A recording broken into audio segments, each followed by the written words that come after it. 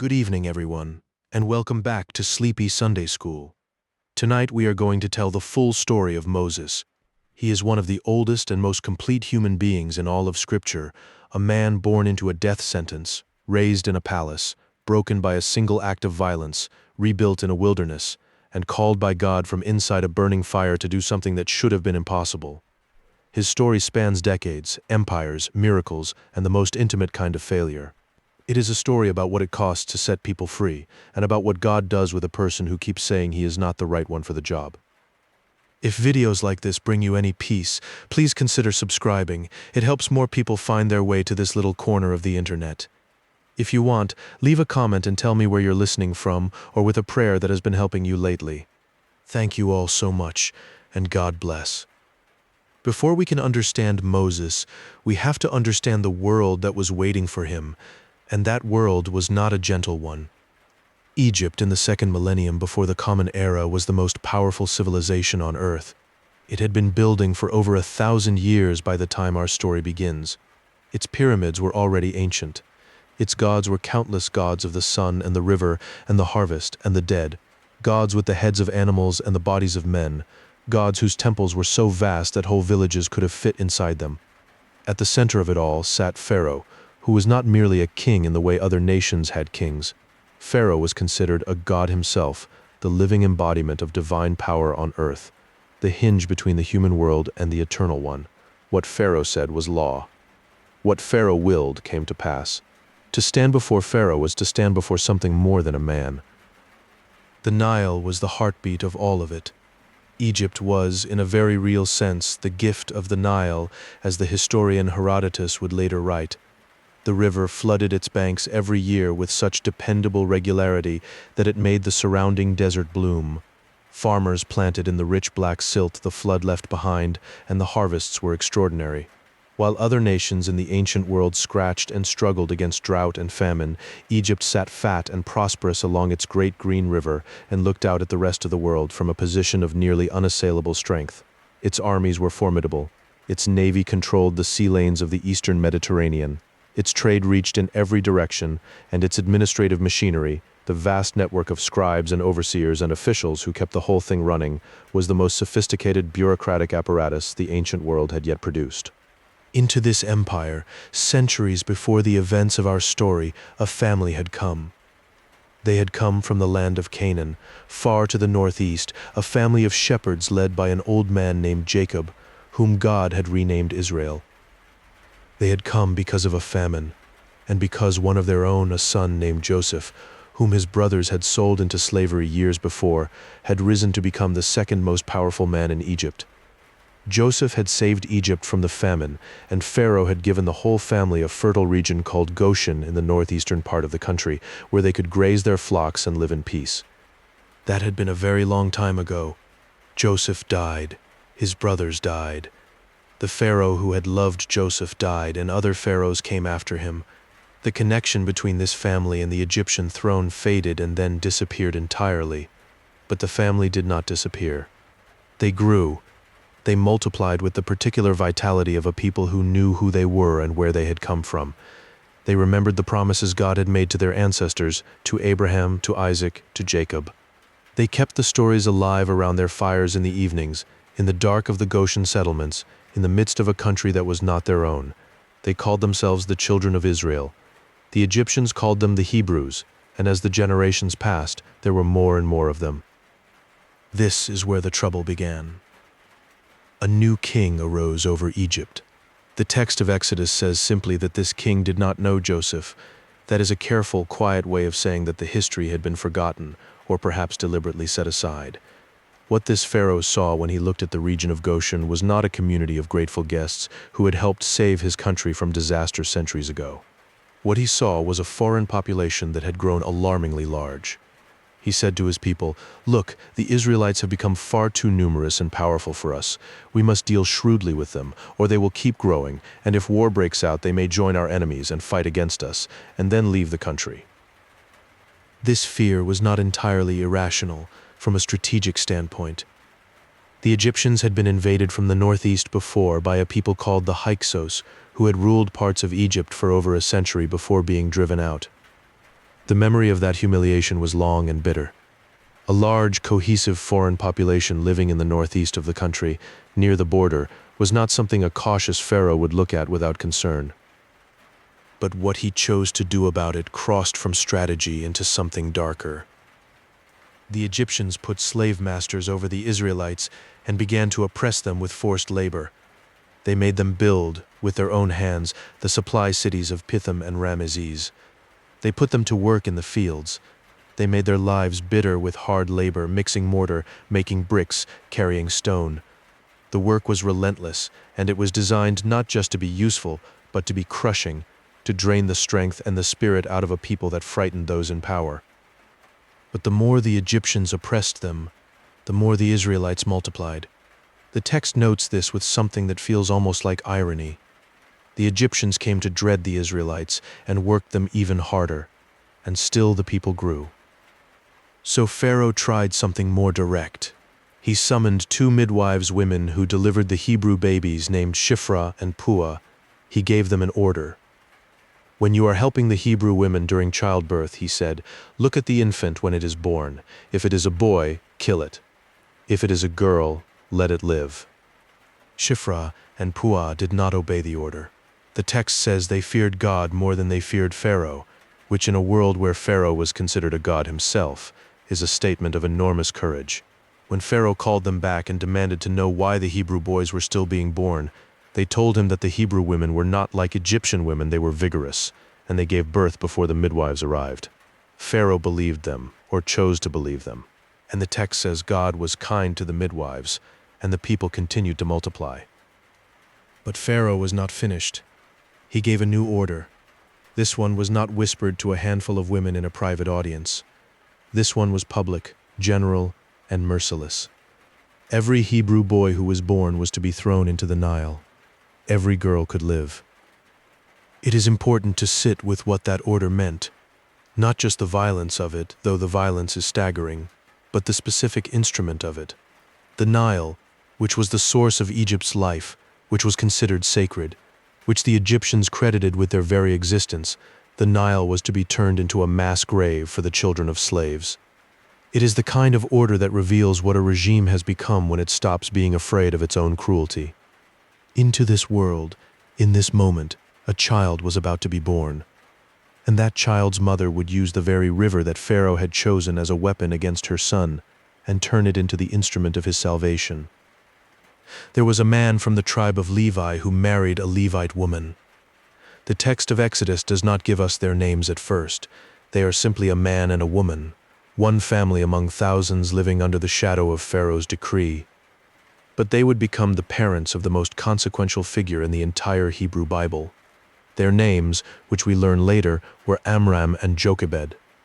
Jochebed became pregnant. She gave birth to a son, and when she saw him, the text uses a small, tender phrase. She saw that he was a fine child. She decided she was not going to let him die.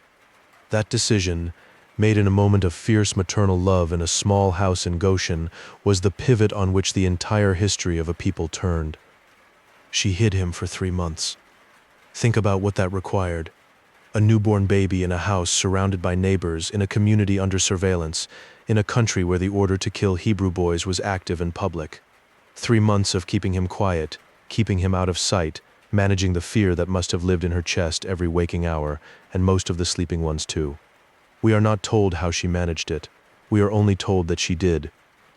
But a baby grows. A baby gets louder. 3 months in, Jochebed understood that she could not hide him much longer. So she did something that required a particular kind of courage, the kind that looks, from the outside, almost like surrender. She made a basket. She wove it from papyrus reeds, the same plant that grew in abundance along the banks of the Nile. She waterproofed it with tar and pitch, sealing every gap, making it as safe as her hands could make it. She placed her son inside. She carried him down to the river, the same river Pharaoh had designated as the place where Hebrew boys should die, and she set the basket among the reeds at the edge of the water. Then she walked away. She did not walk far. She sent her daughter, an older girl, whose name we will learn is Miriam, to stand at a distance and watch to see what would happen. But Jochebed herself stepped back from the river's edge and left her child in God's hands, and in the hands of the current, and in the hands of whoever might come to the water that morning. What she could not have known, or perhaps trusted with a faith that defies explanation, was who was going to come. Pharaoh's daughter came down to the Nile to bathe. She came with her attendants walking along the riverbank, a retinue of women in the morning light at the water's edge. And she saw the basket among the reeds. She sent one of her attendants to retrieve it. When it was brought to her and she opened it, the baby cried. That cry is one of the most important sounds in the Old Testament. It crossed every boundary that should have kept this child from being saved. It crossed the boundary between slave and royalty, between Hebrew and Egyptian, between the condemned and the powerful. Pharaoh's daughter heard it, and the text says she felt sorry for him. She said, "This is one of the Hebrew children." She knew exactly who he was. She knew what her father's law said about him, and she chose to feel sorry for him anyway.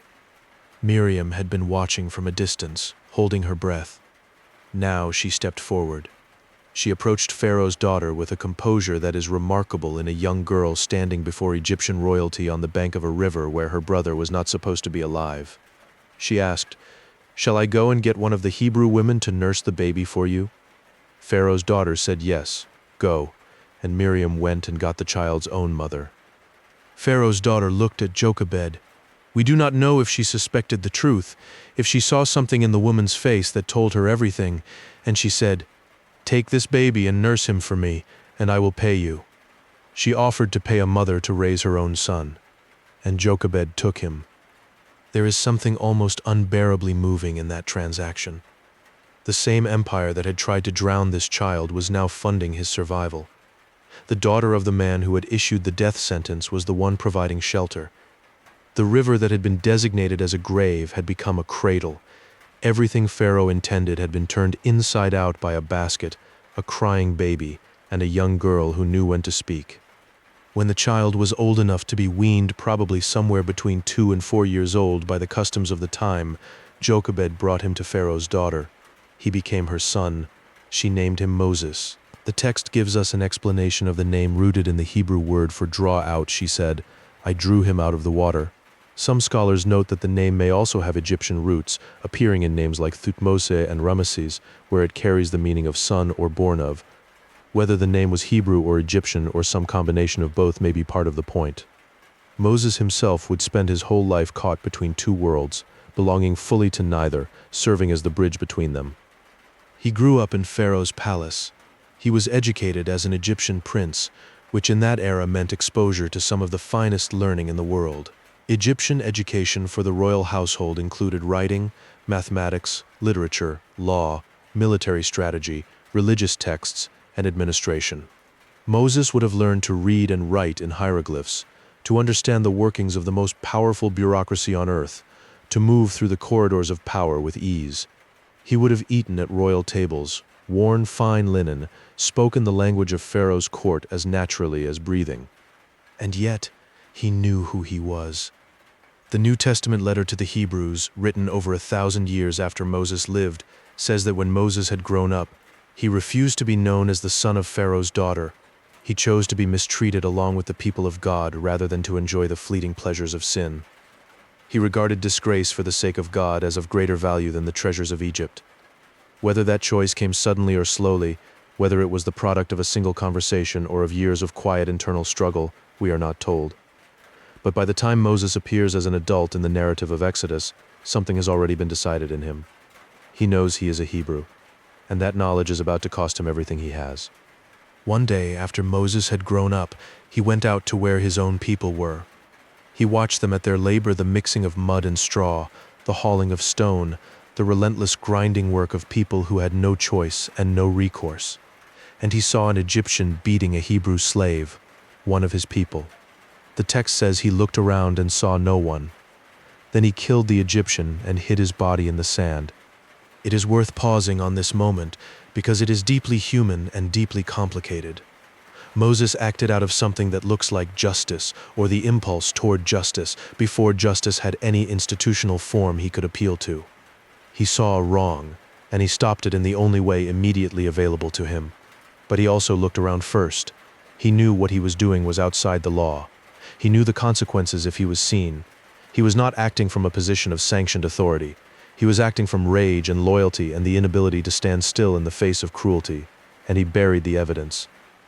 The next day he went out again and saw two Hebrew men fighting each other. He tried to intervene. He asked the one in the wrong why he was hitting his own countrymen, and the man turned on him with a question that must have landed like a stone in still water. "Who made you ruler and judge over us? Are you thinking of killing me the way you killed the Egyptian?" The thing was known. Moses was terrified. He thought, "What I did has become known," and he was right to be afraid. Pharaoh heard about it and tried to have Moses killed. In a single day, Moses had gone from prince to fugitive. The palace that had been his home since infancy was now a place from which he had to run. The power and privilege of 40 years dissolved in a moment, and Moses fled into the wilderness with nothing but his life and the knowledge that he was, in the end, a man without a country. Too Hebrew for Egypt, too Egyptian for his own people. Belonging to neither world, running from both. He ran east, into the desert, into a region called Midian, on the far side of the Sinai Peninsula, and there, exhausted and alone, he sat down by a well. Even here, even in flight, something in Moses could not stay still in the face of injustice. The 7 daughters of a Midianite priest came to the well to water their father's flocks, and a group of shepherds came and drove them away, taking the water the women had drawn for themselves. Moses stood up. He drove the shepherds off. He watered the flocks for the women himself. When the daughters returned home earlier than expected, their father asked them how they had come back so soon. They said, "An Egyptian man rescued us from the shepherds, and even drew water for us and watered the flock." Their father, whose name is given as Royel here, though he is also called Jethro elsewhere, said, "Well, where is he? Why did you leave him? Invite him to eat." Moses agreed to stay with the man. He settled in Midian. He married one of the daughters, a woman named Zipporah.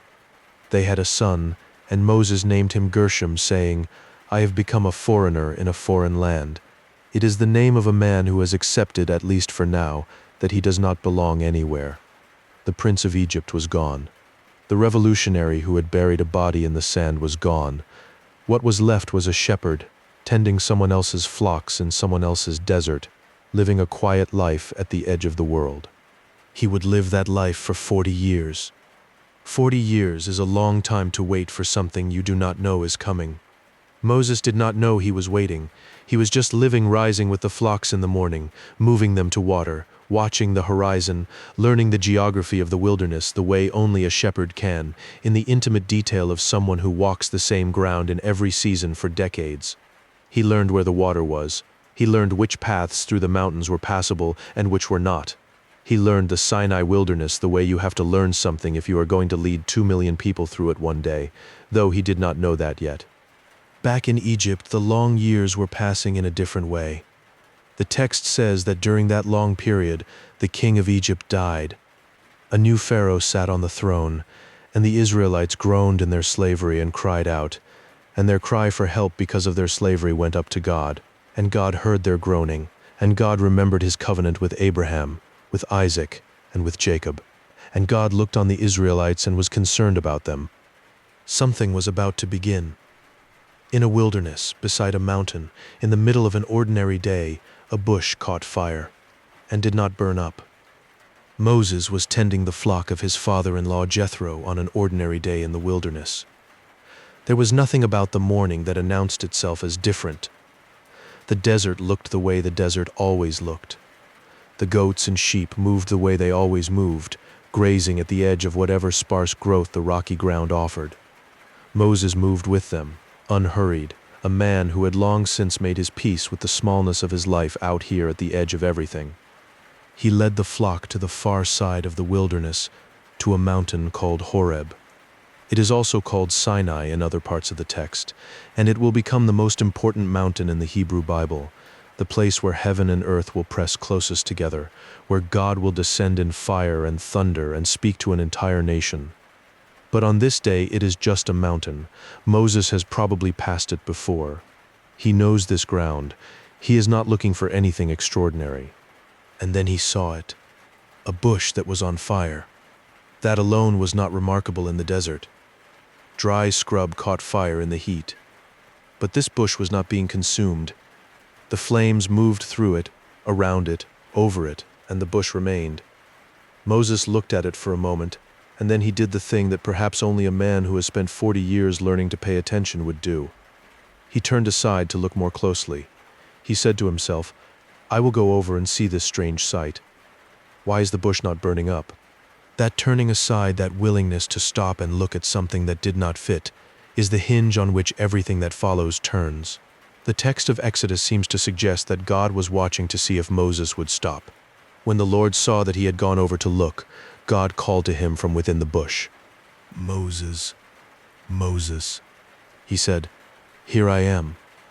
God told him to stop, to not come any closer, to take off his sandals, because the ground he was standing on was holy.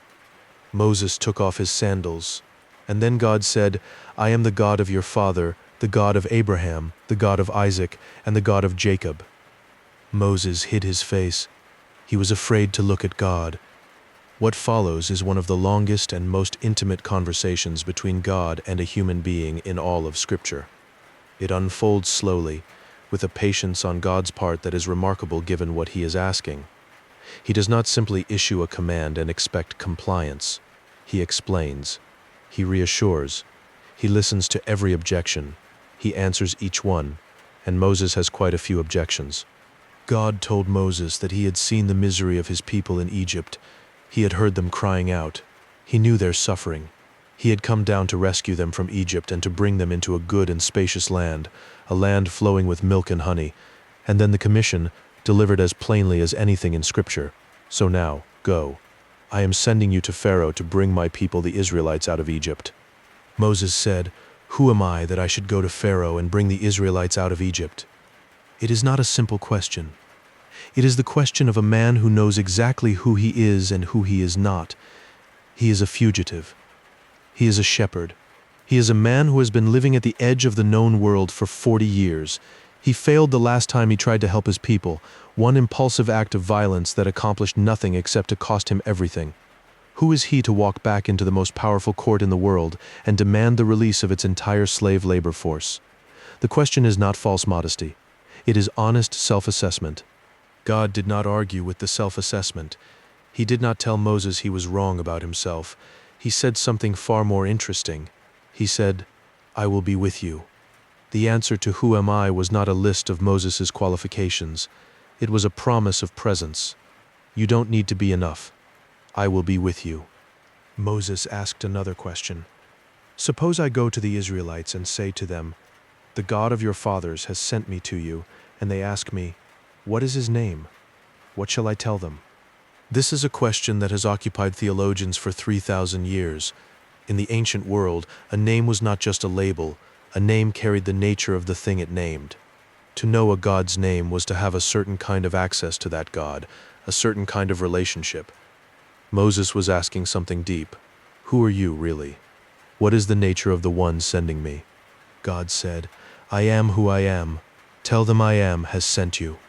In Hebrew, the name is 4 consonants, EIHWH, built from the verb to be. It resists easy translation because it resists containment. I am who I am. I will be what I will be. I cause to be what comes into existence. The rabbis considered it too sacred to speak aloud. When they read it in Scripture, they substituted the word Adonai, meaning Lord.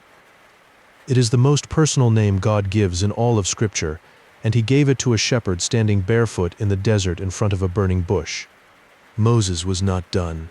He said, "What if they do not believe me or listen to me? What if they say, 'The Lord did not appear to you'?" God gave him signs. He told Moses to throw his staff on the ground. Moses threw it and it became a snake, and he ran from it. God told him to reach out and take it by the tail. Moses reached out, picked up the snake, and it became a staff again in his hand. Then God told him to put his hand inside his cloak.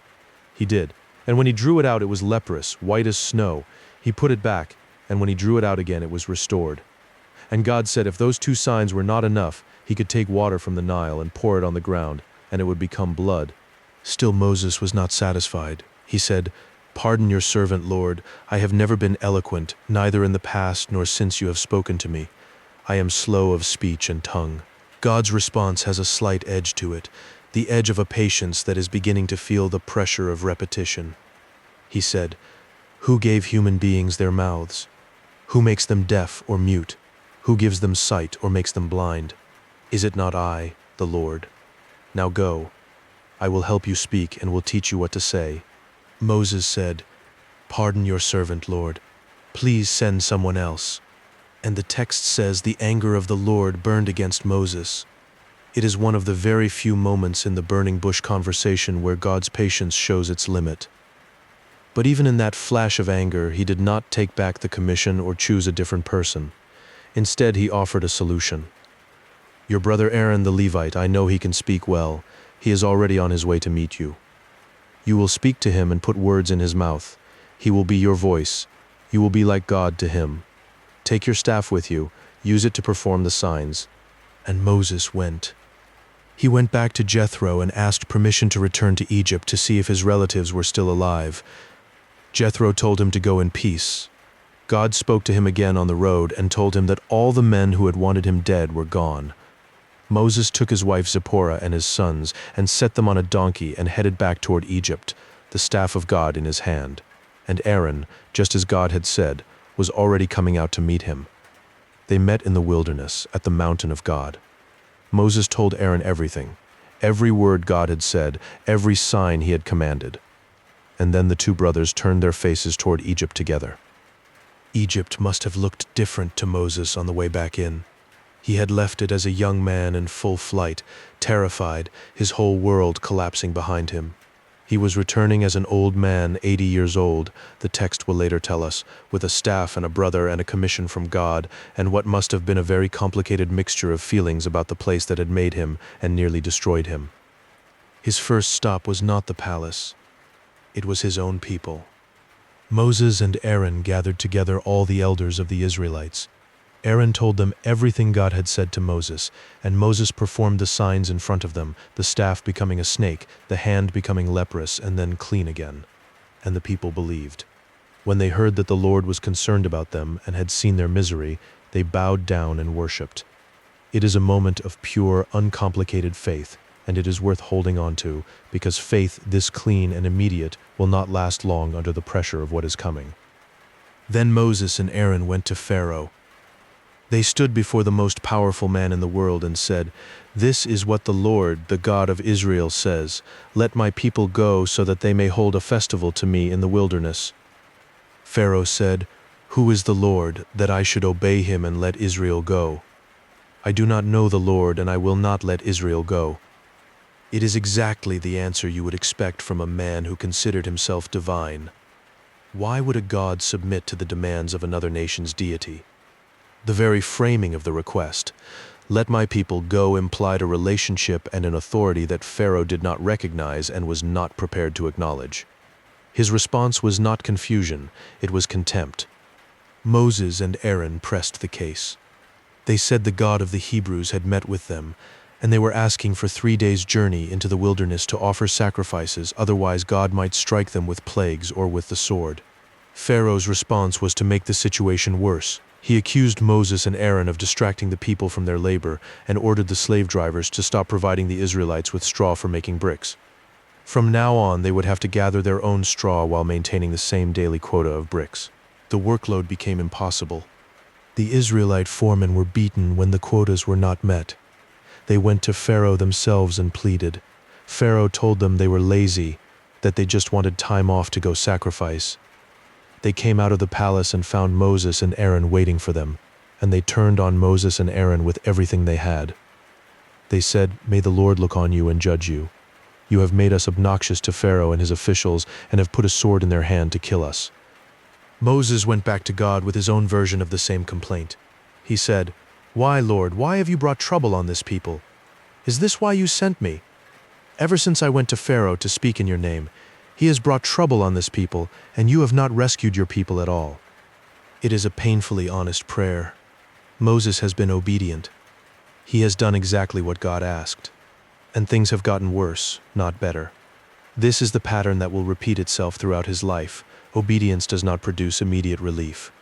Sometimes it produces immediate suffering. Moses would have to learn this over and over again, and he never quite stopped being surprised by it. God's answer was not an apology or an explanation. It was a promise, layered and solemn. He told Moses, "I am the Lord. I appeared to Abraham, to Isaac, and to Jacob. I have heard the groaning of the Israelites whom the Egyptians are enslaving, and I have remembered my covenant. I will bring you out from under the yoke of the Egyptians. I will free you from being slaves to them. I will redeem you with an outstretched arm and with mighty acts of judgment. I will take you as my own people, and I will be your God. And I will bring you to the land I swore with uplifted hand to give to Abraham, to Isaac, and to Jacob." Moses reported all this to the Israelites, but they did not listen to him because of their discouragement and cruel bondage. The text says it simply and without judgment. They could not hear the promise through the weight of what they were living.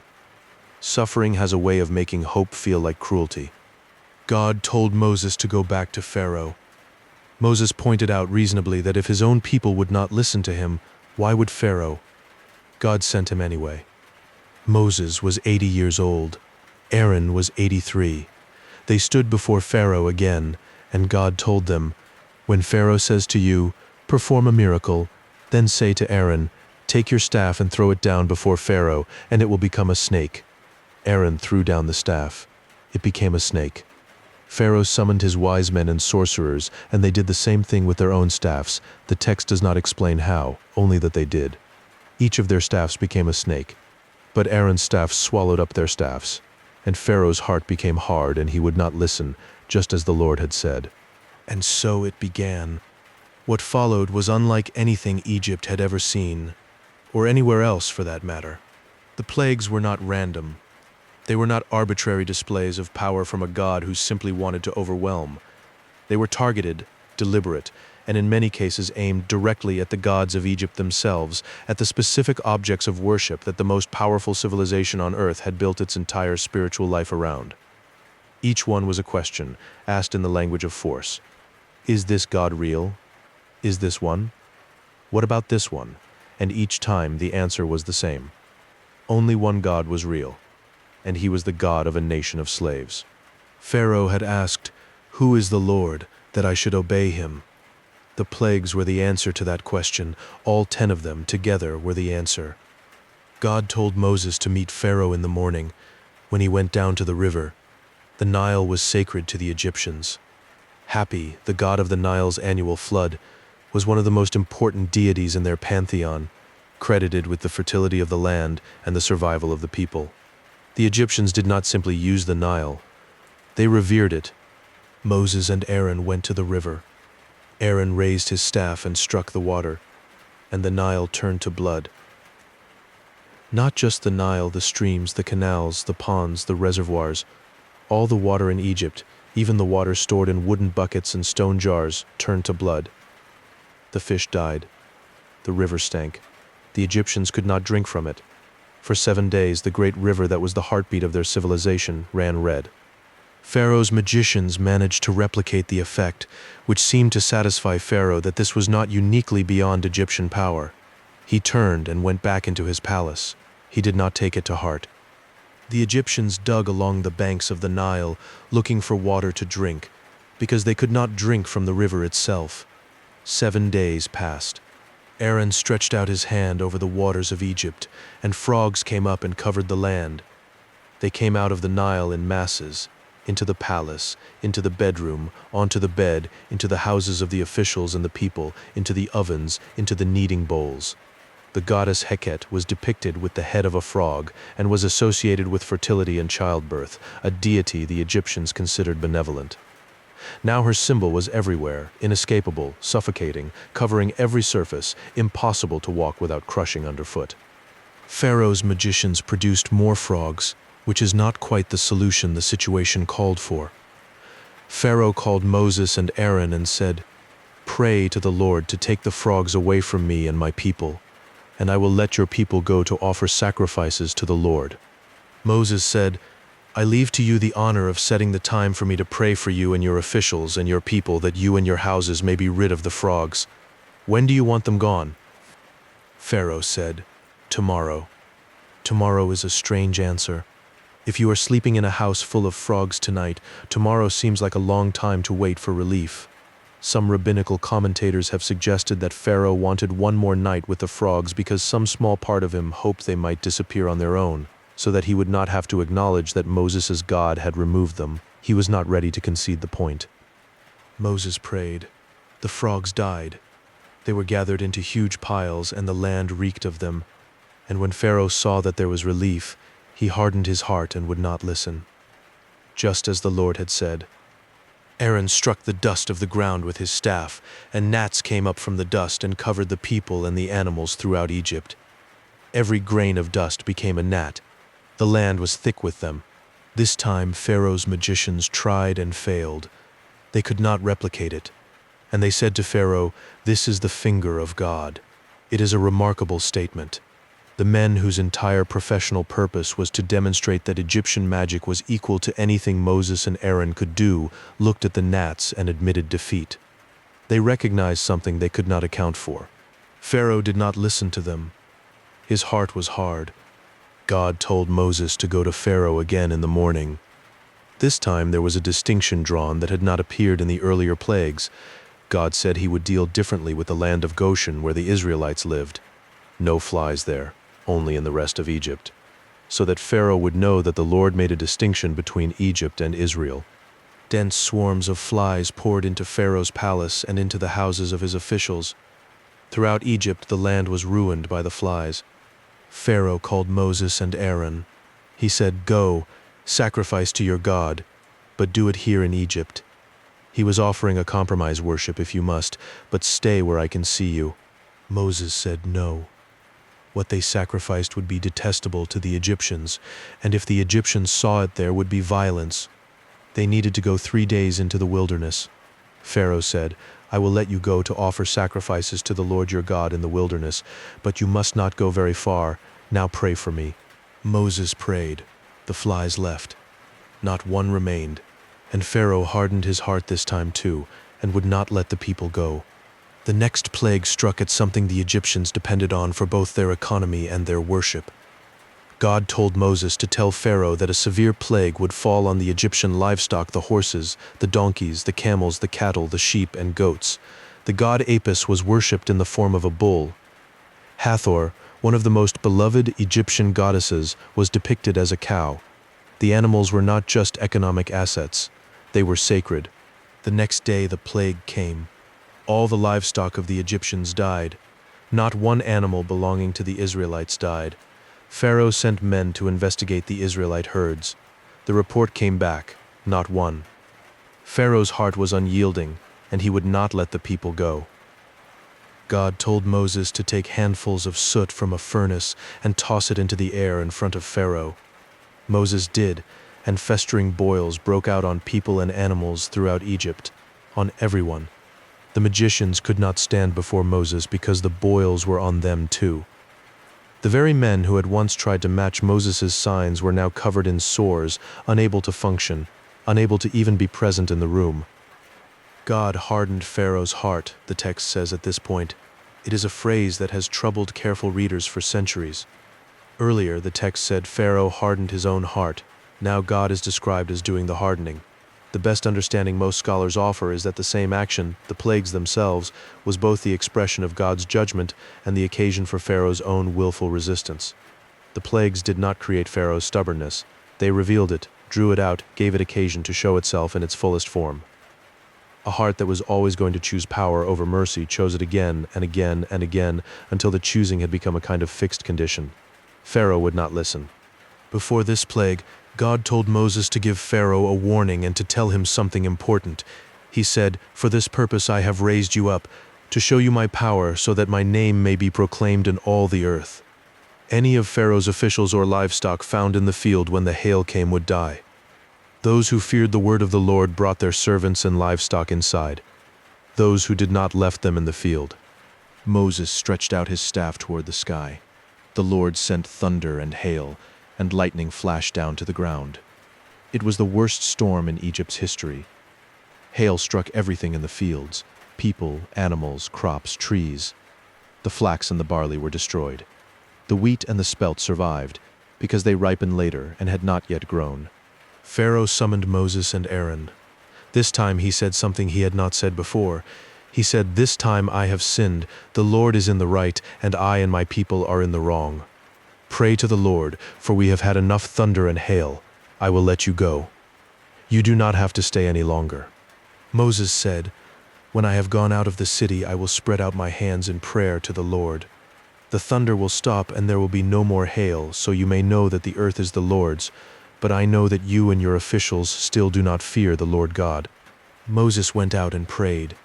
The thunder and hail stopped, and when Pharaoh saw that the rain and hail and thunder had stopped, he sinned again. He and his officials hardened their hearts. He would not let the Israelites go. By this point, Pharaoh's own officials had had enough. When Moses came to deliver the warning of locusts, his officials said to him, "How long will this man be a snare to us? Let the people go, so that they may worship the Lord their God. Do you not yet realize that Egypt is ruined?" Pharaoh's inner circle had reached a conclusion that Pharaoh himself could not bring himself to reach. They could see what was happening. Pharaoh could see it too. He simply would not act on what he saw. Pharaoh called Moses and Aaron back. He said, "Go, worship the Lord your God. But which of you will be going?" Moses said, "We will go with our young and our old, with our sons and daughters, and with our flocks and herds, because we are to celebrate a festival to the Lord." Pharaoh said no, only the men could go. He drove them out of his presence. Moses stretched out his staff over Egypt. An east wind blew through the land all that day and night. By morning the wind had brought the locusts. They covered all the ground until it was black with them. They devoured everything the hail had left, every tree, every plant. Nothing green remained in tree or plant throughout all of Egypt. Pharaoh quickly summoned Moses and Aaron. He said, "I have sinned against the Lord your God and against you. Now forgive my sin once more and pray to the Lord your God to take this deadly plague away from me." Moses prayed. The Lord changed the wind to a strong west wind that swept the locusts into the Red Sea. Not a locust was left anywhere in Egypt, and the Lord hardened Pharaoh's heart, and he would not let the Israelites go. Moses stretched out his hand toward the sky, and total darkness covered all of Egypt for 3 days. Darkness so thick the text says it could be felt. No one could see anyone else or move from where they were. But all the Israelites had light in the places where they lived. Ra, the sun god, was perhaps the most important deity in the entire Egyptian pantheon. Pharaoh himself was considered the son of Ra, the earthly embodiment of solar divinity. The sun was not merely a natural phenomenon to Egypt, it was the face of a god, and now it was gone. For 3 days, in a civilization that had built its entire spiritual identity around the light of the sun, there was only darkness. Impenetrable, absolute. The kind that presses against you like a weight. Pharaoh called Moses and said, "Go, worship the Lord. Even your women and children may go with you. Only leave your flocks and herds behind." Moses said, "No, our livestock must go with us. Not a hoof is to be left behind." Pharaoh said, "Get out of my sight. The day you see my face, you will die." Moses said, "Just as you say, I will never appear before you again." And that was true. Moses would not see Pharaoh's face again after this. What was coming would not require another audience. What was coming would speak for itself, in the dark, at midnight, in every house in Egypt. Before the last plague, God gave Moses and the Israelites a set of instructions that would outlast every other element of this story by thousands of years. He told them what to do, and he told them why, and he told them to remember it and repeat it and teach it to their children and their children's children, so that this night would never be forgotten as long as the people lived. Each household was to take a lamb. It was to be without defect, a male, 1-year-old. They were to care for it for 4 days. Then, at twilight, the whole community of Israel was to slaughter their lambs at the same time. They were to take the blood and put it on the 2 doorposts and the top of the doorframe of the house where they would eat the lamb. They were to roast the lamb and eat it that same night with bitter herbs and unleavened bread. They were to eat it dressed and ready to travel, sandals on their feet, staff in hand, in haste. It was the Lord's Passover. God said, "On that night I will pass through Egypt and strike down every firstborn son and every firstborn of the livestock. I will bring judgment on all the gods of Egypt. But the blood will be a sign for you on the houses where you are, and when I see the blood, I will pass over you. No destructive plague will touch you." The Israelites did exactly as God commanded. They bowed down and worshipped. And at midnight, God struck down every firstborn in Egypt, from the firstborn of Pharaoh sitting on his throne to the firstborn of the prisoner in the dungeon, and every firstborn of the livestock. Pharaoh and all his officials and all the Egyptians got up in the night. There was loud wailing in Egypt, because there was not a house without someone dead. The god of Egypt sat on a throne in a palace where his own firstborn son had just died, surrounded by a nation in which not a single household had been spared. Every idol, every temple, every ritual, every claim to divine authority, all of it had led here, to grief, to a wail that rose from every house in the dark. Pharaoh summoned Moses and Aaron during the night. He said, "Up, leave my people, you and the Israelites. Go, worship the Lord as you have requested, take your flocks and herds as you have said, and go." And the detail is small and enormous at the same time, he said, "and also bless me." The most powerful man in the world, in the middle of the night, in a palace full of death, asked a shepherd from the desert to bless him. Whatever else Pharaoh was, in that moment, he was a man who had finally run out of other options. There are nights that divide history, nights after which nothing is quite the same as it was before. This was one of them. The Israelites had been preparing since twilight. In house after house across the region of Goshen, the same things were happening at the same time. Fires lit, lambs roasting, the smell of blood on the doorposts, still fresh, drying in the night air. Families gathered inside, dressed as if for a journey, sandals on, staff within reach, eating quickly and in silence or in low, urgent voices. The children could feel that something enormous was happening, even if they did not fully understand what.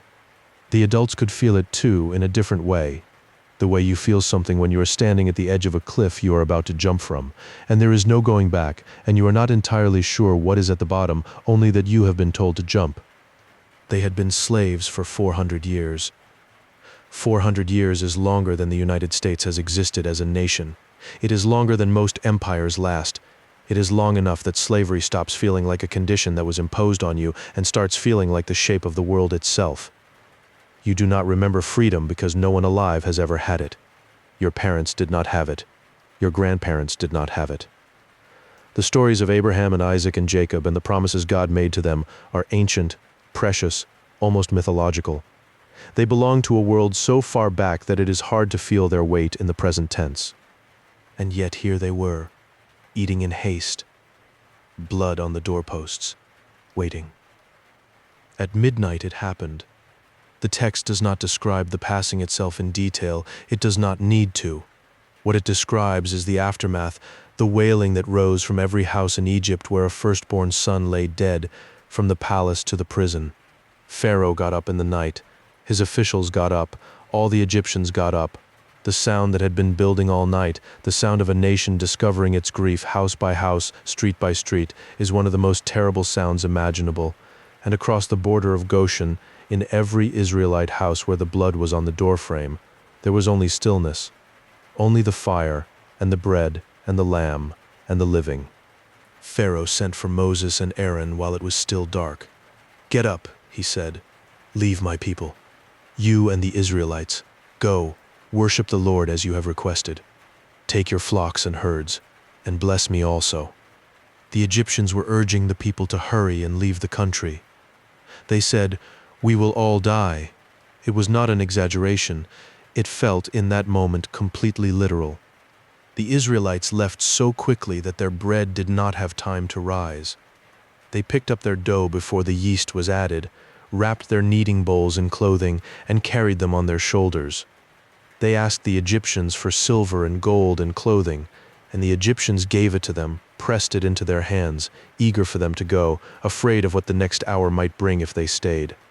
The text says the Israelites plundered Egypt.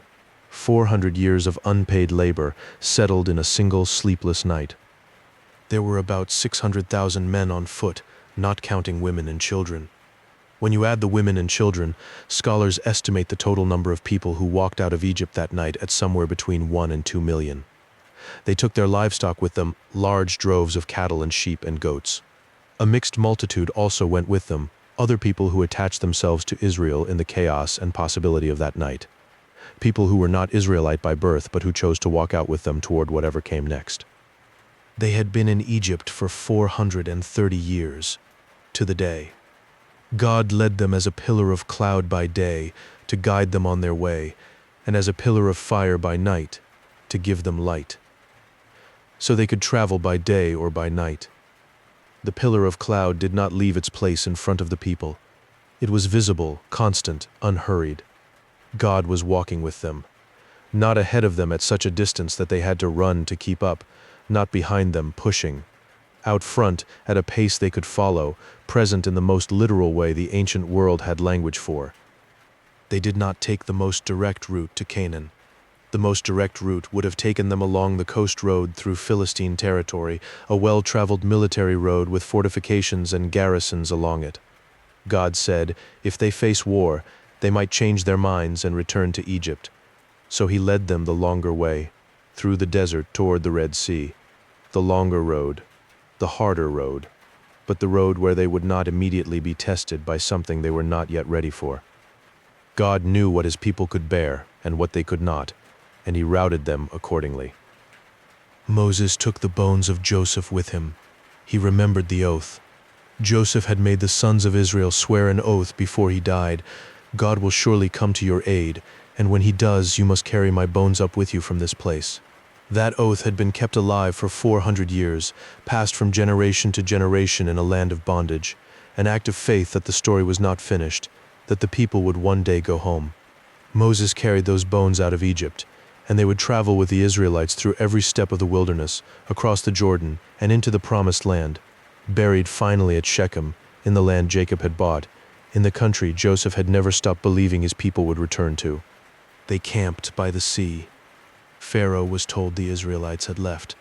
And then, with the grief of the night perhaps beginning to harden back into the familiar shape of power and pride, he changed his mind. He said, "What have we done? We have let the Israelites go and have lost their services." He had their labor back in perspective now, or thought he did. He had forgotten, or was choosing to forget, what that labor had cost him. He had his chariot made ready. He took 600 of the best chariots in Egypt, along with all the other chariots of Egypt, with officers over all of them. He pursued the Israelites. The Israelites looked up and saw the Egyptian army marching after them, horses, chariots, cavalry, the full military force of the most powerful nation on earth, and they were terrified. They cried out to the Lord, and then they turned on Moses. "Was it because there were no graves in Egypt that you brought us to the desert to die? What have you done to us by bringing us out of Egypt? Didn't we say to you in Egypt, 'Leave us alone, let us serve the Egyptians'? It would have been better for us to serve the Egyptians than to die in the desert." It is easy to be frustrated with them. It is also very human. Behind them, the most powerful army in the world. In front of them, the sea. They had been free for perhaps 3 days. The habits of 400 years of slavery, the instinct to submit, to doubt, to look for the nearest exit back to the familiar, do not dissolve in 3 days. Fear is faster than faith, and whatever faith they had managed to build in the extraordinary events of the last weeks was being tested in the most immediate possible way. Moses said, "Do not be afraid. Stand firm and you will see the deliverance the Lord will bring you today. The Egyptians you see today you will never see again. The Lord will fight for you. You need only to be still." Then he went back to God and apparently kept talking, because God's response to him has a gentle impatience in it. God said, "Why are you crying out to me? Tell the Israelites to move on. Raise your staff and stretch out your hand over the sea to divide the water so that the Israelites can go through the sea on dry ground." The angel of God, who had been traveling in front of Israel's army, moved behind them. The pillar of cloud moved from in front and stood behind them, coming between the armies of Egypt and Israel. Throughout the night it brought darkness to one side and light to the other. Neither army approached the other all night long. Moses stretched out his hand over the sea. The Lord drove the sea back with a strong east wind all that night and turned it into dry land. The waters were divided. The Israelites went through the sea on dry ground, with a wall of water on their right and a wall of water on their left. The Egyptians pursued them in. All Pharaoh's horses and chariots and horsemen went after them into the sea. During the last watch of the night, God looked down from the pillar of fire and cloud at the Egyptian army and threw it into confusion. He jammed the wheels of their chariots so that they had difficulty driving. The Egyptians said, "Let us get away from the Israelites. The Lord is fighting for them against Egypt." Then God told Moses to stretch out his hand over the sea so that the waters would flow back over the Egyptians. Moses stretched out his hand, and at daybreak the sea went back to its place. The Egyptians were fleeing toward it, and the Lord swept them into the sea. The water flowed back and covered the chariots and horsemen, the entire army of Pharaoh that had followed the Israelites into the sea. Not one of them survived. The Israelites saw the Egyptians lying dead on the shore, and they saw the great power the Lord had displayed against the Egyptians, and the people feared the Lord and put their trust in him and in Moses his servant. Then Moses and the Israelites sang. The song that burst out of them on the far shore of the sea is one of the oldest pieces of literature in the entire Bible. Some scholars believe it may be older than the surrounding prose, a fragment of ancient poetry that was already being sung before the account around it was fully written down. It has the feel of something that could not be contained in ordinary speech. What they had just experienced was too large for prose. It needed a different form. I will sing to the Lord, for he is highly exalted. Both horse and driver he has hurled into the sea. The Lord is my strength and my defense. He has become my salvation. He is my God, and I will praise him, my Father's God, and I will exalt him. The song moves through what just happened with the intensity of people who cannot quite believe they are still alive. It rehearses the sea, the wall of water, the enemy's arrogance, the enemy who said, "I will pursue, I will overtake, I will divide the spoils, I will gorge myself on them," and then the enemy's destruction, sudden and absolute. You blew with your breath and the sea covered them. They sank like lead in the mighty waters. It ends looking forward. The nations will hear and tremble. Terror and dread will fall on them. You will bring your people in and plant them on the mountain of your inheritance. The Lord reigns forever and ever. Miriam took a tambourine in her hand. All the women followed her with tambourines and dancing. Miriam, who had been a young girl standing at the river's edge, watching a basket float, who had stepped forward and spoken to Pharaoh's daughter with a composure that belied her age, who had waited and watched and survived everything Egypt had done to her people. Miriam led the women in song. She sang the opening line back to them, call and response, voice and tambourine and the sound of feet on the sand of the far shore. Sing to the Lord, for he is highly exalted.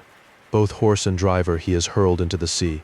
It is worth staying with this moment for just a little while, because what was happening on that shore was not just celebration, it was something more specific and more profound than that.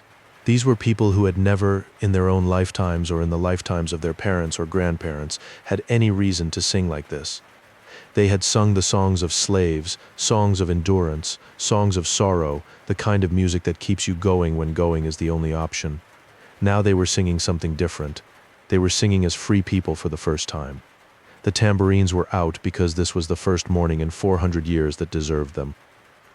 Moses had carried the bones of Joseph across the sea. The oath was honored. The people were out of Egypt. They were not yet in the promised land that was still a long way off, and the road there would be harder than most of them imagined. But they were free. Standing on the eastern shore of the sea with the water at their backs and the desert in front of them, and a pillar of cloud leading them forward, they were free. Whatever came next, that was true. And they moved on. Into the wilderness of Shur, into the desert, into the long, hard, necessary years of becoming the people they were called to be. The song faded behind them. The journey ahead was just beginning. The wilderness did not ease them in gently. 3 days into the desert of Shur, they had found no water. 3 days of walking in the heat with children and livestock, and the elderly, and everything they owned, and nothing to drink. Then they found water at a place called Marah. They rushed toward it, and they could not drink it. It was bitter. The name Mara means bitter in Hebrew, and whoever named it was not being poetic. They were being accurate. The people grumbled against Moses. They said, "What are we to drink?" It is the first grumble of what will become a very long series of grumbles, and it is worth being fair to them before we move on. They were thirsty. Their children were thirsty. Their animals were thirsty. 3 days in the desert with no water is not a minor inconvenience. It is a genuine crisis, the kind that narrows your entire world down to a single desperate need. Whatever transcendent experience they had just had at the sea, whatever song had poured out of them on the far shore, the body does not run on transcendence. It runs on water. Moses cried out to the Lord. God showed him a piece of wood. Moses threw it into the water. The water became fit to drink. It is one of the quieter miracles in a story full of spectacular ones, and it is easy to move past it quickly. But it established something important. The wilderness was not a place where God stopped paying attention. The same God who had parted the sea was interested in the bitterness of a desert spring. No need was too small for his notice. God made a covenant with the people there at Marah. He said, "If you listen carefully to the Lord your God and do what is right in his eyes, and if you pay attention to his commands and keep all his decrees, I will not bring on you any of the diseases I brought on the Egyptians. For I am the Lord who heals you." Then they came to Elim, where there were 12 springs of water and 70 palm trees, and they camped there beside the water. After Marah, Elim must have felt like paradise. Shade and water and rest. The wilderness had a rhythm to it, hardship, then provision, then rest. It would take them a long time to learn to trust that rhythm. They moved on into the desert of Sin, which lies between Elim and Sinai. And there, with the memory of Egypt still close enough to feel real, the hunger set in. The whole community grumbled against Moses and Aaron. They said, "If only we had died by the Lord's hand in Egypt. There we sat around pots of meat and ate all the food we wanted. But you have brought us out into this desert to starve this entire assembly to death." There is a particular bitterness in that complaint, the bitterness of people revising their own history to make what they left behind seem better than it was. They were not sitting around pots of meat in Egypt, eating all the food they wanted. They were slaves. They were making bricks in the sun and being beaten by overseers and watching their sons thrown into the Nile. But fear and hunger are powerful editors of memory. What they remembered now was the food, not the chains it came with. God told Moses he would rain bread down from heaven. Each morning the people were to go out and gather what they needed for that day, and no more. On the 6th day they were to gather twice as much, because the 7th day was the Sabbath, and there would be none on that day. The instructions were simple. The test embedded in them was also simple. Can you trust that tomorrow's provision will come without hoarding against it today? That evening quail came and covered the camp. In the morning, when the dew lifted, thin flakes appeared on the desert surface, like frost on the ground. The Israelites looked at it and said to each other, "What is it?" In Hebrew, man-hu, and the name stuck. Manna. They described it as white like coriander seed and tasting like wafers made with honey. It appeared every morning, 6 days a week, for the next 40 years. It appeared until the day they crossed into the land of Canaan and ate the produce of the land for the first time. For 40 years, in every campsite, in every season, in every stage of the journey, the people woke up to find bread on the ground. God fed them, every single day, without fail, even when they complained, even when they disobeyed, even when they forgot who was feeding them and why. Some of them did not follow the instructions. They kept some until morning, against what God had said, and it was full of maggots and smelled terrible. On the 6th day, some went out to gather on the Sabbath and found nothing. God said to Moses, "How long will you refuse to keep my commands and my instructions?" The disobedience was not catastrophic in its consequences. No one died over manna hoarding. But the pattern it represented mattered. The wilderness was a school, and the lesson being taught over and over, in the simplest possible terms, was this: trust. Just trust. Just enough for today. From the desert of Sin, the community traveled and camped at Rephidim. There was no water. Again, the people were thirsty. Again, they quarreled with Moses and said, "Give us water to drink." Moses said, "Why do you quarrel with me? Why do you put the Lord to the test?" But they were thirsty, and thirsty people do not respond well to rhetorical questions. They grumbled against Moses and said, "Why did you bring us up out of Egypt to make us and our children and livestock die of thirst?" Moses cried out to the Lord. He said, "What am I to do with these people? They are almost ready to stone me." God told him to take some of the elders and his staff and go to a rock at Horeb and strike it. Moses did. Water came out of the rock and the community drank. He named the place Massah and Meribah, testing and quarreling. This was because the Israelites quarreled and tested the Lord, asking, "Is the Lord among us or not?" It is perhaps the most honest question in the wilderness narrative. Not a rebellious question, not a faithless one at its root, but an exhausted one. Is God actually here? Does he actually see us? Is any of this real? They would keep asking it in different forms for the next 40 years, and God would keep answering it in different forms for the next 40 years.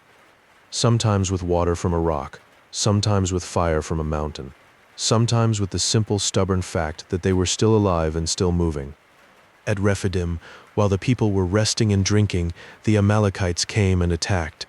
The Amalekites were a nomadic people of the desert who preyed on travelers, striking at the weak and the stragglers at the back of the group. Moses told Joshua, a young military leader who appears here for the first time in the narrative, to choose men and go out to fight. Moses himself went to the top of the hill with his staff in his hand, and Aaron and a man named Hur went with him.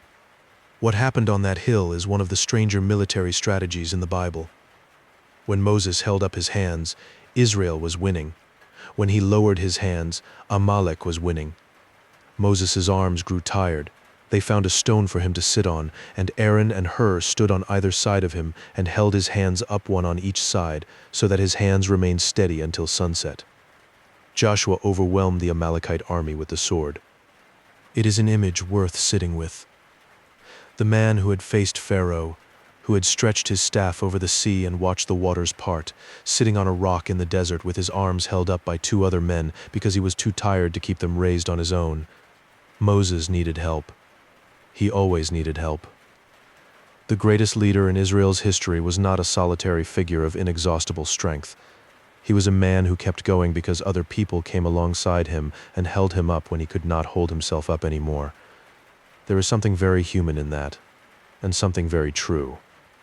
3 months after leaving Egypt, almost to the day, the Israelites arrived at the wilderness of Sinai. They camped in the desert at the foot of the mountain, and God called Moses up to him. He told Moses what he was about to do and what he was asking. He said, "You yourselves have seen what I did to Egypt, and how I carried you on eagle's wings and brought you to myself. Now if you obey me fully and keep my covenant, then out of all nations you will be my treasured possession. Although the whole earth is mine, you will be for me a kingdom of priests and a holy nation." Moses brought the words to the elders of the people. They answered together, "We will do everything the Lord has said." Moses brought their answer back to God. God told Moses to have the people consecrate themselves, to wash their clothes, to prepare themselves, to set themselves apart, because in 3 days he was going to come down on the mountain in the sight of all the people. He told them to set limits around the mountain. No one was to touch it or go near it. The mountain itself was going to become holy ground, and that holiness required boundaries. Anyone who touched the mountain was to die. The 3rd morning came. There was thunder. There was lightning. A thick cloud covered the mountain. A trumpet blast rang out, so loud and so pure that everyone in the camp trembled. Moses led the people out of the camp to meet God, and they stood at the foot of the mountain. The whole of Mount Sinai was covered in smoke, because the Lord descended on it in fire. The smoke billowed up like smoke from a furnace, and the whole mountain trembled violently. The trumpet grew louder and louder. Moses spoke, and the voice of God answered him. Think about standing at the foot of that mountain. The sound of the trumpet, which no human hand was playing, growing louder until it was inside your chest. The smoke rising from the top. The ground shaking beneath your feet. The lightning. The thunder. Every physical sense telling you that something was here that was not from this world, that the space between heaven and earth had been pressed thin, and you were standing at the point of contact. The people stood there, and they trembled, and then they stepped back. They said to Moses, "Speak to us yourself, and we will listen." But do not have God speak to us, or we will die." The presence was too much. Even at the foot of the mountain, even with the boundary between them and the peak, it was too much. Moses went up alone. What came down from that mountain? What Moses carried back to the people after days of encounter with the God who had made the world was the law. Not just 10 commandments, though those came first and they came as the foundation for everything else. The law that came down from Sinai was a comprehensive account of how a people were to live together, how they were to treat each other, how they were to worship, how they were to order their common life in a way that reflected the character of the God who had saved them. The 10 Commandments came first. God spoke them directly to the whole assembly in a voice that came from the fire and the cloud and the deep darkness. "You shall have no other gods before me. You shall not make an idol or bow down to any image. You shall not misuse the name of the Lord your God. Remember the Sabbath day and keep it holy. 6 days you shall labor, but the 7th is a Sabbath to the Lord your God, and on it you shall not work, nor shall your son or daughter, your male or female servant, your animals, or any foreigner residing in your towns. Honor your father and your mother. You shall not murder. You shall not commit adultery. You shall not steal. You shall not give false testimony against your neighbor. You shall not covet your neighbor's house or anything that belongs to your neighbor." 10 commands. But they were not 10 arbitrary rules handed down by a distant authority trying to limit human freedom. They were the shape of a community that actually works. They were the architecture of a society in which people are safe, in which the vulnerable are protected, in which the fabric of trust that makes common life possible is not constantly being torn.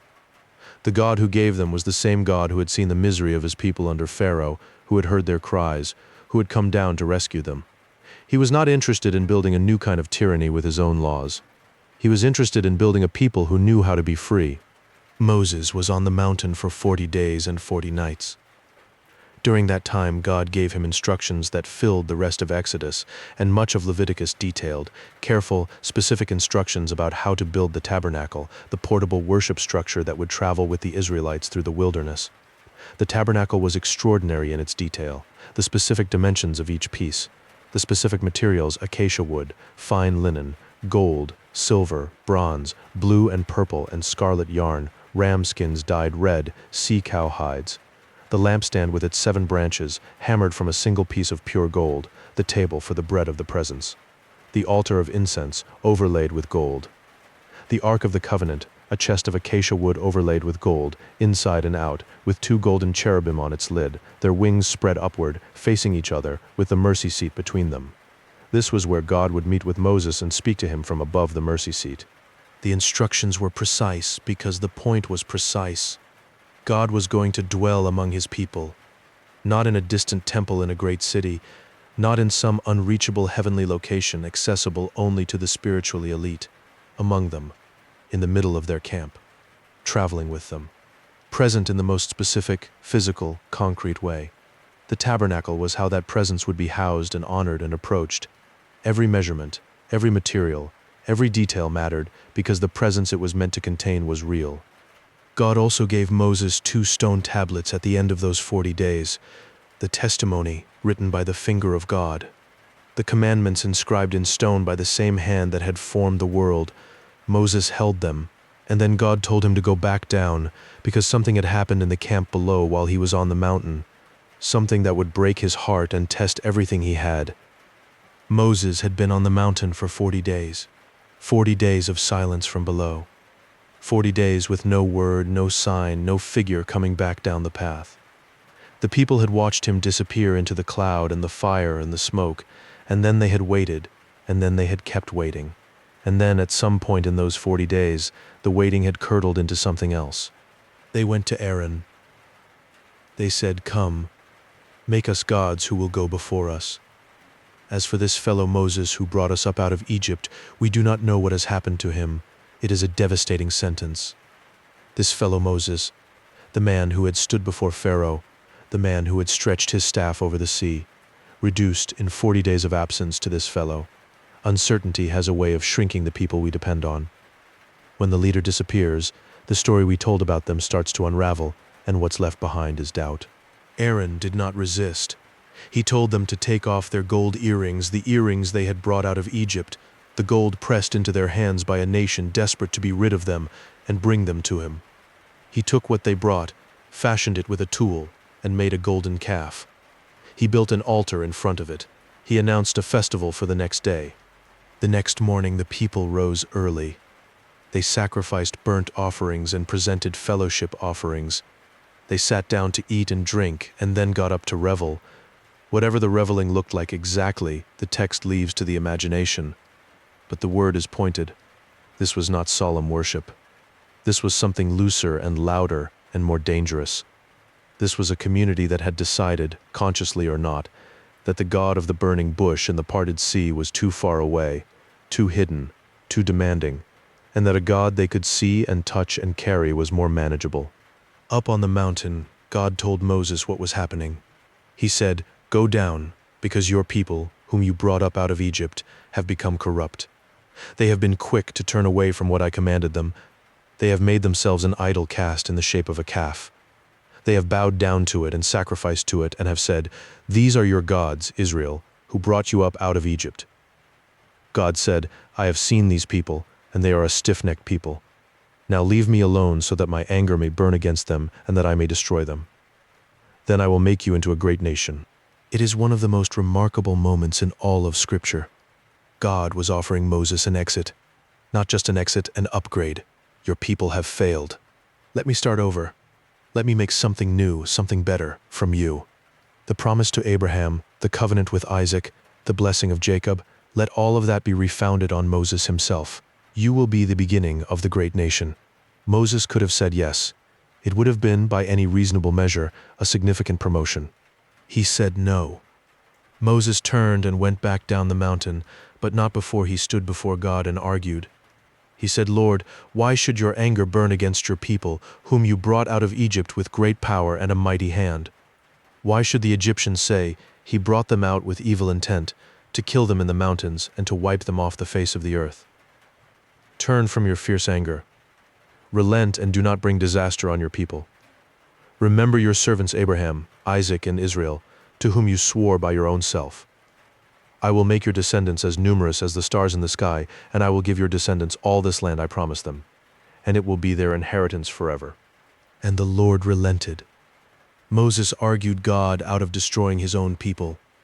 He did it not by appealing to the people's goodness, he had none of that to offer, and he knew it, but by appealing to God's own character, God's own promises, God's own reputation among the nations.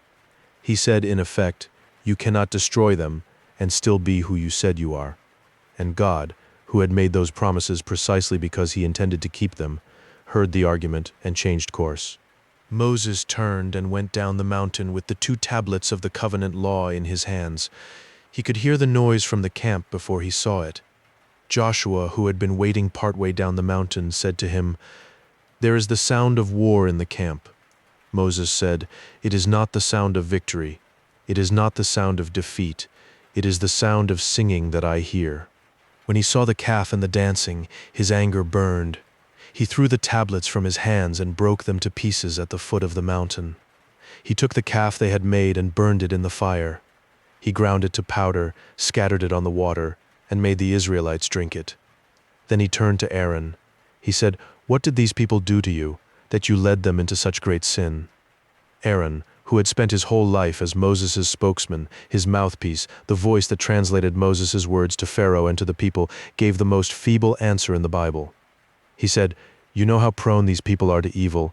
They gave me the gold and I threw it into the fire, and out came this calf." Out came this calf, as if it had made itself. Moses stood at the entrance to the camp and called out, "Whoever is for the Lord, come to me." The Levites rallied to him. He told them to go through the camp and deal with those who had led the worship of the calf. 3,000 people died that day. It was a terrible reckoning, and the text does not soften it. The next morning Moses went back up the mountain. He said to God, "These people have committed a great sin. They have made themselves gods of gold. But now please forgive their sin. But if not, then blot me out of the book you have written." It is a staggering thing to say. Moses was willing to be destroyed, to be erased from the record entirely, rather than see his people abandoned. He had refused the offer of a new nation built from himself. Now he was offering to give up his own existence on their behalf. Whatever Moses was, he was not a man who looked after himself first. God told him that whoever had sinned against him would be blotted out of his book. Moses would continue. God would send his angel ahead of them, but there would be consequences for the sin of the calf. And the Lord struck the people with a plague because of what they had done with the calf Aaron had made. Moses went back up the mountain a third time. He carved 2 new stone tablets just like the first ones. And God came down in a cloud and stood with him there and proclaimed his name. The Lord, the compassionate and gracious God, slow to anger, abounding in love and faithfulness, maintaining love to thousands, and forgiving wickedness, rebellion, and sin. Yet he does not leave the guilty unpunished. It is the most complete statement of God's character in the entire Old Testament. Compassionate, gracious, slow to anger, abounding in love, forgiving, and just. Both things together, held in tension, neither one canceling the other out. Moses bowed to the ground at once and worshipped. He asked again for forgiveness. He asked God to go with them. God said, "I am making a covenant with you. Before all your people I will do wonders never before done in any nation in all the world." Moses was there with the Lord 40 more days and 40 more nights without eating bread or drinking water. And he wrote on the tablets the words of the covenant, the 10 Commandments. When he came down, his face was shining. The skin of his face was radiant because he had spoken with the Lord. Aaron and all the Israelites saw his face and were afraid to come near him. Moses called to them. He put a veil over his face when he was speaking with the people and took it off when he went in to speak with the Lord. The man who had stood before Pharaoh now wore a veil when he stood before his own people, because the light of God's presence was still on his face, and it was more than they could bear to look at directly. The covenant was renewed. The people were still here. The journey would continue. But something had been established in those 40 days on the mountain, and the crisis that followed, something about the nature of this people, their tendency to wander, their need for a leader who would stand between them and the consequences of their own choices, and the astonishing patience of the God who refused to give up on them. The wilderness was supposed to be a passage. A difficult one, yes, but a passage something you moved through on the way to somewhere else. What it became instead was a generation's entire life. They traveled from Sinai toward the land God had promised. They were close, closer than most of them would ever get. At a place called Kadesh Barnea, on the southern edge of Canaan, Moses did what any good leader would do before committing a large group of people to an unknown territory. He sent spies ahead, 12 of them, 1 from each tribe, capable men, leaders. He told them to go up through the Negev into the hill country. He told them to see what the land was like and whether the people who lived there were strong or weak. He told them to see whether the cities were unwalled or fortified. He told them to bring back some of the fruit of the land. They were gone for 40 days. When they came back, they brought a cluster of grapes so large it took 2 men to carry it on a pole between them, along with pomegranates and figs. They reported that the land did indeed flow with milk and honey, and then 10 of the 12 delivered the rest of the report. The people who live there are powerful. The cities are large and fortified. We saw the descendants of Anak there, enormous people, giants by the accounting of the ancient world. We seemed like grasshoppers in our own eyes, they said, and we looked the same to them. The congregation wept that night. They wept loudly and bitterly, a whole community giving way to the fear that had been building since Egypt, since the sea, since Mara, since every hard moment in the wilderness that had chipped away at their confidence that this journey had a destination worth reaching. They said, if only we had died in Egypt, or in this wilderness. Why is the Lord bringing us to this land only to let us fall by the sword? Our wives and children will be taken as plunder. Wouldn't it be better for us to go back to Egypt? And they began to talk about choosing a new leader and turning around. 2 of the 12 spies had a different report. Joshua and Caleb tore their clothes, the ancient gesture of grief and protest. They said, "The land we passed through and explored is exceedingly good. If the Lord is pleased with us, he will lead us into that land and give it to us. Do not be afraid of the people of the land, because we will devour them. Their protection is gone, but the Lord is with us. Do not be afraid of them." The whole assembly talked about stoning them. God's response was grief and anger, grief at a depth that had not appeared in the story before. He said to Moses, "How long will these people treat me with contempt? How long will they refuse to believe in me, in spite of all the signs I have performed among them? He offered again to destroy them and start over with Moses. And Moses interceded again, using the same argument as before, "What will the nations say about you?" And adding something new. He quoted God's own words back to him. "The Lord is slow to anger, abounding in love and forgiving sin and rebellion. Please forgive this people's sin, just as you have forgiven them from the time they left Egypt until now." God said, "I have forgiven them as you asked. Nevertheless, as surely as I live and as surely as the glory of the Lord fills the whole earth, not one of those who saw my glory and the signs I performed in Egypt and in the wilderness, but who disobeyed me and tested me 10 times will ever see the land I promised on oath to their ancestors. No one who has treated me with contempt will ever see it. But my servant Caleb has a different spirit and follows me wholeheartedly. I will bring him into the land he went to, and his descendants will inherit it." 40 years. 1 year for each day the spies had spent in the land. The entire generation that had come out of Egypt, every person who had been 20 years old or older when they left, would die in the wilderness. Their children would inherit what they themselves had refused to believe in.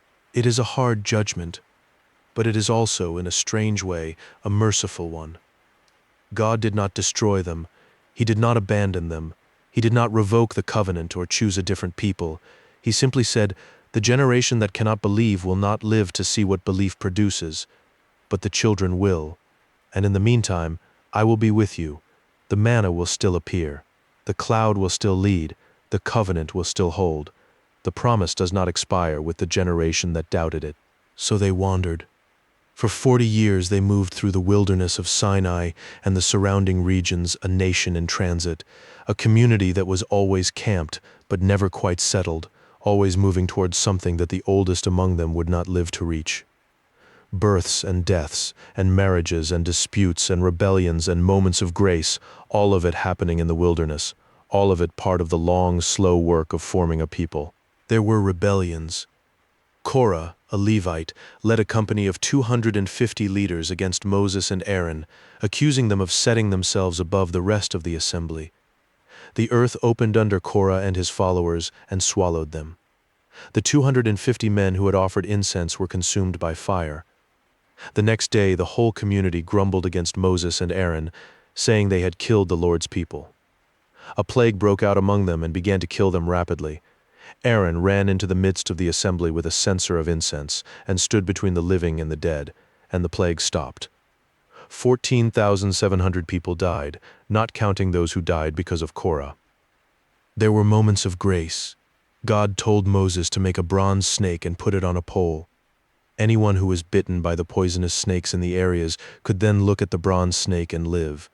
It is an image that John's Gospel would later use as a metaphor for the crucifixion. As Moses lifted up the snake in the wilderness, so the Son of Man must be lifted up. Moses himself was not exempt from failure.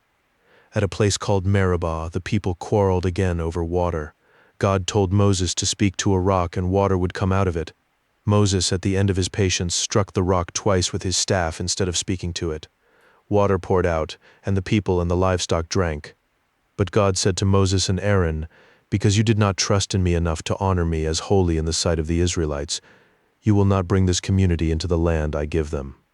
Moses' anger, his moment of acting from his own frustration rather than from God's instruction, cost him the promised land, after everything, after Egypt and Pharaoh and the sea and 40 years of leading people who complained and doubted and built golden calves, one moment of striking instead of speaking. It is hard not to feel the weight of that. The man who had given his entire life to bringing his people to the edge of their inheritance would not cross it with them. He would see it. He would bless them before it. But he would not cross. Aaron died on Mount Hor, at God's command. Moses took Aaron and his son Eleazar up the mountain, removed Aaron's priestly garments, and put them on Eleazar. Aaron died there on top of the mountain. The whole community mourned for him for 30 days. The years wound down. The generation that had come out of Egypt died one by one in the wilderness, as God had said. Their children grew up. They learned the stories of Egypt and the sea and the mountain. They ate the manna they had eaten since before they could remember. They prepared, without always knowing they were preparing, for the crossing that was coming. Joshua grew into the leader he would need to be. The community that arrived at the edge of the Jordan was a different community from the one that had stood weeping at Kadesh Barnea. Not perfect, not without fear, but different. Moses gathered them and spoke to them one last time. What he said fills the entire book of Deuteronomy. He told them the history of everything God had done for them, from Abraham to that very day. He gave them the law again. Deuteronomy means the second giving of the law explained and applied and pressed into their hearts with the urgency of a man who knew he was running out of time and that what he left them with had to last. He told them to love the Lord their God with all their heart and with all their soul and with all their strength. He told them to impress these commandments on their children, to talk about them when they sat at home and when they walked along the road, when they lay down and when they got up. He told them to choose life. He called Joshua forward in front of all the assembly and charged him publicly. "Be strong and courageous," he said. "Do not be afraid or terrified because of them, for the Lord your God goes with you. He will never leave you nor forsake you." Then he was done. Moses was 120 years old. The text says his eyes were not weak and his strength had not left him. He was not dying of old age in the ordinary sense. He was dying because God had said it was time, and Moses, who had spent his whole life arguing with God on behalf of other people, did not argue about this. He had asked, once, to be allowed to cross over. He had said, "Let me go over and see the good land beyond the Jordan, that fine hill country in Lebanon." God had told him, "That is enough. Do not speak to me any more about this matter." God had also told him to go up to the top of Pisgah and look west and north and south and east. See the land with your own eyes. You are not going to cross this Jordan. So Moses went up from the plains of Moab to Mount Nebo, to the top of Pisgah, which is across from Jericho. He climbed alone. He was 120 years old, and his strength had not left him, and he climbed the mountain alone on the last day of his life. God showed him the land. From the top of Nebo, on a clear day, the view is extraordinary even now. To the north, the hills of Galilee. To the west, the coastal plain and the glint of the Mediterranean beyond it. To the south, the Negev desert stretching toward Egypt. In the center, the hills of Judea, the ridge where Jerusalem would one day be built. The Jordan Valley below, green and fertile, the river winding through it toward the Dead Sea. The whole land spread out before him like a promise made visible. He had carried this people for 40 years. He had argued for them when God wanted to destroy them. He had interceded for them when they built the golden calf. He had held his arms up over a battlefield when he was too tired to hold them up himself. He had brought water from rocks and bread from heaven and law from a mountain. He had walked every mile of the wilderness with them, the entire long, hard, complaining, faithful, faithless, singing, weeping, wandering journey. And now he stood at the end of it and looked out over everything the journey had been for, and he did not cross.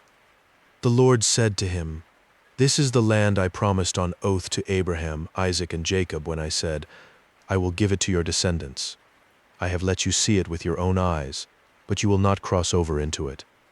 And Moses, the servant of the Lord, died there in Moab, as the Lord had said. God buried him in a valley in Moab, opposite Beth Peor. No one knows where his grave is to this day. He was buried by God himself, in a place that was never marked, never found, never turned into a monument or a shrine. The man who had refused to be made into a great nation, who had offered his own existence to save his people, who had asked for nothing for himself in 40 years of asking for everything for everyone else, was buried quietly in an unmarked grave by the God who had known him face to face. The Israelites grieved for Moses in the plains of Moab for 30 days. Then the time of weeping and mourning was over, and Joshua son of Nun was filled with the spirit of wisdom because Moses had laid his hands on him. The Israelites listened to him and did what the Lord had commanded Moses. There has never been a prophet in Israel like Moses, the text says at the end of Deuteronomy, whom the Lord knew face to face. No one else has ever shown the mighty power or performed the awesome deeds that Moses did in the sight of all Israel. He was a man who was not supposed to live past infancy, who grew up in the palace of the man who wanted him dead, who ran from a murder into a wilderness and spent 40 years learning to pay attention, who argued with God from inside a burning fire and lost every argument except the ones he made on behalf of other people, who led 2 million people through a desert for 40 years and never once in all that time stopped being the person standing between them and the consequences of their own choices. He never entered the promised land, but he made it possible for everyone else to do so, and sometimes that is what faithfulness looks like. Not arriving at the destination yourself, but spending your life making sure that others can. And that is the story of Moses, a child in a basket on a river that was supposed to be his grave, a prince who chose his people over his palace, a murderer turned shepherd turned prophet, a man who stood before the most powerful ruler in the world and said, "Let my people go," and said it again and again until the answer changed, a man who stretched his staff over a sea and watched the water part, who climbed a mountain and came back down with his face shining, who broke the law of God in a moment of anger and carved it again on new stones, who buried the bones of Joseph all the way from Egypt to the edge of Canaan because a promise made 400 years ago still mattered. The story of Moses is a story about what it costs to set people free. It is a story about a God who hears crying, who comes down, who parts seas and feeds people in deserts and shows up in burning bushes in the middle of ordinary days to give impossible instructions to people who feel completely unqualified to carry them out. It is a story about stubbornness, Pharaoh's and Israel's, and Moses's too, the kind of stubbornness that looks like faithfulness when it is pointed in the right direction. And it is a story that is not really finished. The book of Deuteronomy ends with Moses on a mountain and Joshua ready to cross, and the land still ahead, and the promises still unfolding. The story keeps going. It always keeps going. Whatever wilderness you are in right now, whatever desert, whatever long stretch of difficult road with no clear end in sight, you are not the first person to be there. And the God who fed 2 million people in a desert for 40 years, who buried a man in an unmarked grave with his own hands, who parted a sea and then taught a people to trust with something as simple as bread on the ground every morning, that God is not finished. Once again, thank you so much for spending the time with us tonight and the story of Moses. If you enjoyed the story and want to be here for more, please consider subscribing to the channel and liking the video. It helps out a lot more than you would expect. Have a great night and God bless you all.